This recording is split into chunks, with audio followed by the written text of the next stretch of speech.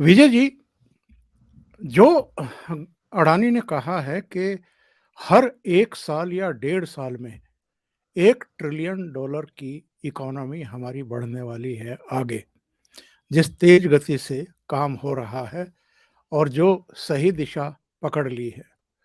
और उन्होंने कहा है कि 2050 तक हम $30 ट्रिलियन की इकोनॉमी होंगे। किस तरह के बदलाव आएंगे हिंदुस्तान में अगर इसी गति से हमारी इकोनॉमी बढ़ती गई? सर देखिए, जैसे जैसे आपका इकोनॉमिक बेस बढ़ रहा है और जैसे जैसे हिंदुस्तान में जो कहते हैं ना बेसिक इंफ्रास्ट्रक्चर इंप्रूव हो रहा है और जैसे जैसे हम लोग रिसर्च पे फोकस कर रहे हैं, तीन चीजों को समझना जरूरी है। Ease of doing business with the help of technology, digitisation, everything, एक वो एंगल आप देख लीजिए। दूसरा, फंडामेंटल इंफ्रास्ट्रक्चर, जो बेसिक इंफ्रास्ट्रक्चर है मूवमेंट के लिए, क्योंकि मटेरियल मूवमेंट के लिए सड़कें चाहिए, आपको रेलवेज चाहिए, एयरलाइंस चाहिए, पोर्ट्स चाहिए, वाटरवेज चाहिए। ये आपके इंप्रूव हो रहे हैं, जिससे आपकी एफिशिएंसी इंप्रूव होती है, वेस्टेज कम होती है। और तीसरा, आपको चाहिए टैलेंट, जो अपॉर्चुनिटी को या रॉ मटेरियल को वैल्यू एडेड प्रोडक्ट में कन्वर्ट कर सके। अगर आपके पास ये तीन चार फंडामेंटल चीजें हैं तो आपकी ग्रोथ को कौन रोकेगा। और सबसे बड़ा जो बेनिफिट हिंदुस्तान का है वो हमारा अपना डोमेस्टिक मार्केट है।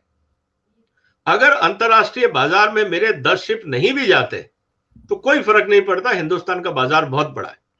इसीलिए आप आने वाले समय में देखेंगे कि जो हिंदुस्तान में आज डोमेस्टिक कंपनीज हैं, जो हिंदुस्तान में अच्छी क्वालिटी का माल बनाती हैं और गुड गवर्नेंस में विश्वास करती हैं, ये दोनों चीजें कंपनियों के लिए जरूरी हैं। Good governance and good quality. Fraud कंपनियों का जमाना जाएगा, क्योंकि जैसे जैसे डिजिटाइजेशन आएगा ये सब फ्रॉड 2 नंबर के काम बंद होते जाएंगे। दूसरा, जो कंपनियां घटिया माल बनाएंगी, सोशल मीडिया में कंज्यूमर उसको नंगा करेगा और वो कंपनियां कितना भी एडवर्टाइजमेंट कर लें, लेकिन सोशल मीडिया उनको भी बंद करेगा। अगर कोई बोलेगा कि इस तेल में मिलावट है, ये खाना खराब है, लोग धीरे धीरे हटते जाएंगे उससे। तो आने वाले दिनों में आपकी मजबूरी हो जाएगी कि आपको अच्छा क्वालिटी और अच्छा गवर्नेंस देना ही पड़ेगा। अगर ये दो चीजें आप देते हैं तो हिंदुस्तान का कंज्यूमर आपके साथ जुड़ेगा।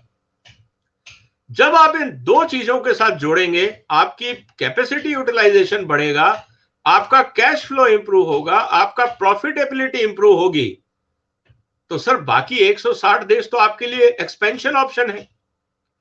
आप वहां जा सकते हैं, नई फैक्ट्री खोल सकते हैं, डिस्ट्रीब्यूशन नेटवर्क खोल सकते हैं, और जब वहां रिसेशन आएगा आपको उन देशों में ऐसी बहुत सारी कंपनियां मिलेंगी जिनको आप जाके खरीद सकते हैं। सस्ते में आपको अमेरिका में कंपनियां मिल जाएंगी, सस्ते में आपको यूरोप में कंपनियां मिल जाएंगी, आपको जाके जीरो से नहीं शुरू करना है।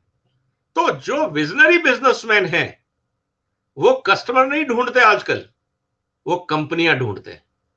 अमेरिका में कंपनी खरीद ली, यूरोप में खरीद ली, अफ्रीका में खरीद ली, चाइना में खरीद ली, फिलीपींस में खरीदी, थाईलैंड में खरीदी, ऑस्ट्रेलिया में खरीदी।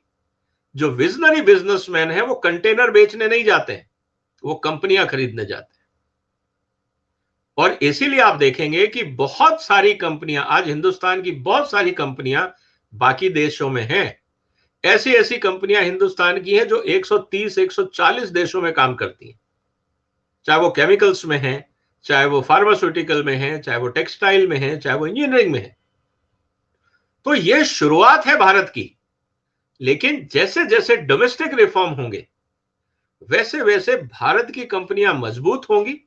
जब उनका आधार मजबूत होगा तो दुनिया में मूव करने में उनको आसानी होगी, और ये हम आने वाले दिनों में देखेंगे।